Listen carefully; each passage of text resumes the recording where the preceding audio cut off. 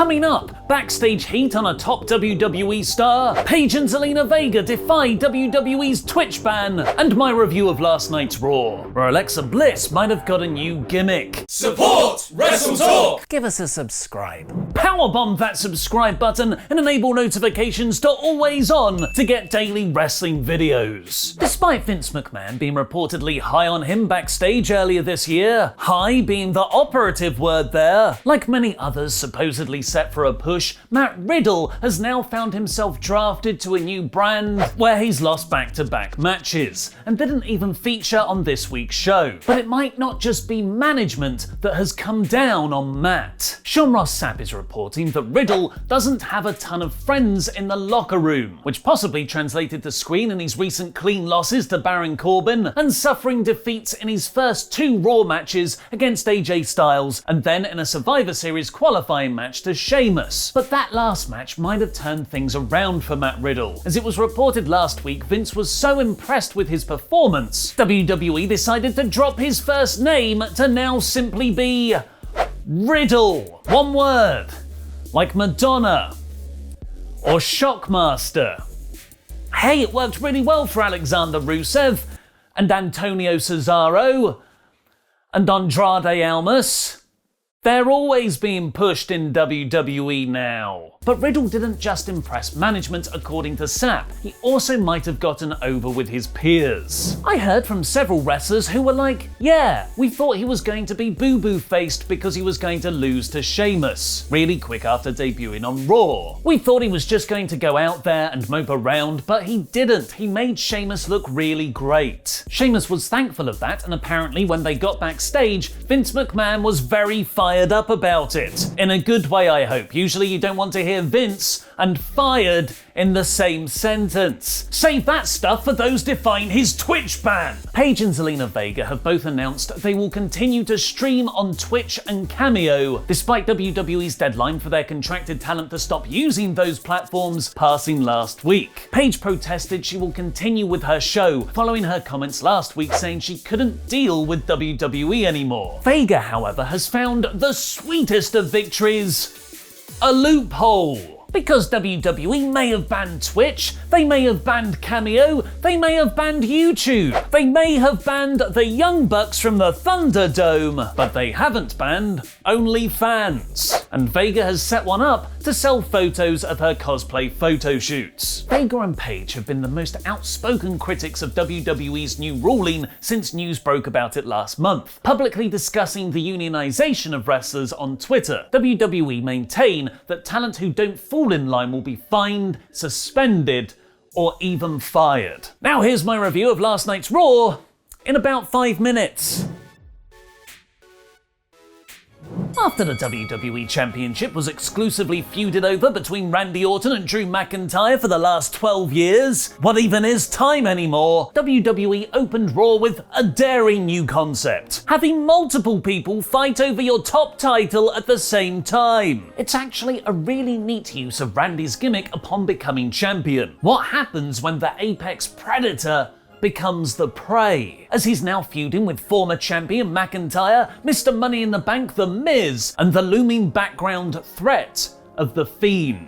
But we can't really build any of that properly because his next pay-per-view match is against SmackDown's Roman Reigns at Survivor Series. Nevertheless, it suddenly made Raw's main event seem multi-layered and exciting, as Orton's opening promo was interrupted by a fake-out Fiend entrance, for Drew to lay Randy out with a Claymore, and then McIntyre stopping Miz from cashing in. Presumably following NXT's success with Halloween Havoc, we got another WCW throwback, a Thing on a Pole match. Jeff Hardy unhooked a guitar and whacked it on Elias to win their 3-week feud decisively in just 5 minutes. Yep, WWE really are pushing Elias as a main eventer on Raw. Shayna Baszler and Nia Jax then beat Mandy Rose and Dana Brooke to retain the women's tag team titles in just a few minutes, after Lana accidentally distracted the referee. I'm sure that won't come back to haunt Lana later on. She was put through the announcer's table after Nia Jax squashed her in a match again.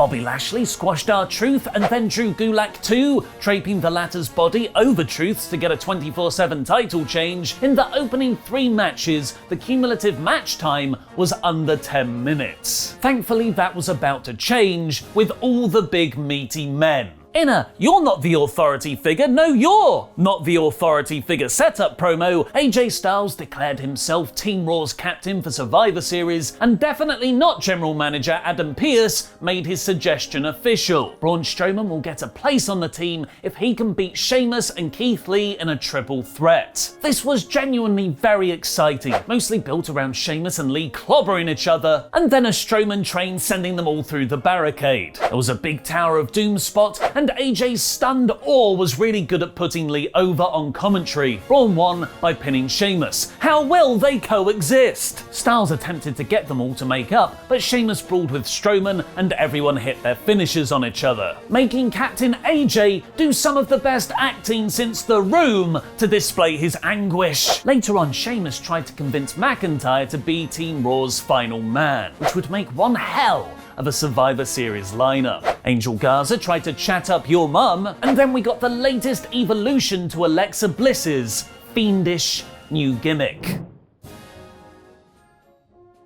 This week's Firefly Funhouse was dedicated to the 3 most important words in the WWE. F*** Randy Orton. Sister Abigail said both Randy and Bliss should go F themselves, neatly using the crucifix as a censor bleep over her mouth, so Alexa got out the Funhouse's swear jar. Bray Wyatt got a bit of PTSD from Orton burning down his old compound, which led to Bliss unveiling her new trick, letting her tongue extend out of her mouth Pennywise style from It. Even Bray was freaked out, doing a final swear punchline to end the episode. While this could just be some funhouse weirdness, this does have the potential to cross over into Alexa's in-ring wrestling character, using the creepy tongue spot in actual matches, and having a Fiend version of her. Possibly supporting that idea, Nikki Cross found Bliss backstage later on, who was unresponsive and had her possessed Fiend dies in. A Cross vs Bliss feud spinning out of this would be a great way to establish Alexa's new gimmick as a serious threat. What do you think we'll see from Bliss going forward? Let me know in the comments down below, because I'll be replying to people from out of nowhere saying just chuck her in a tag team with Peyton Royce. Because we finally know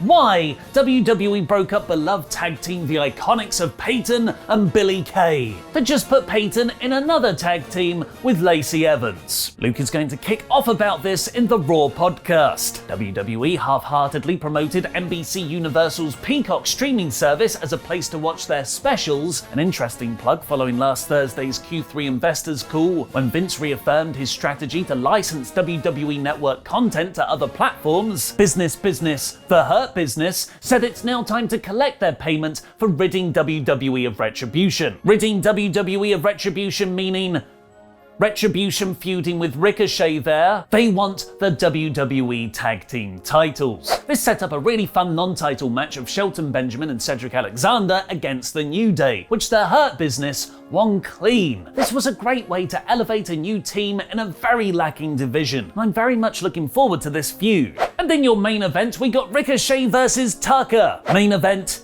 as in the WWE show Main Event, where we got the answer to the question, who buries the buried? Retribution beat them all up afterwards. And in that actual main event, Drew beat both The Miz and John Morrison in a handicap match. McIntyre got RKO'd by Randy Orton from out of nowhere afterwards, who himself was then creepily laughed at by The Fiend from out a paranormal dimension.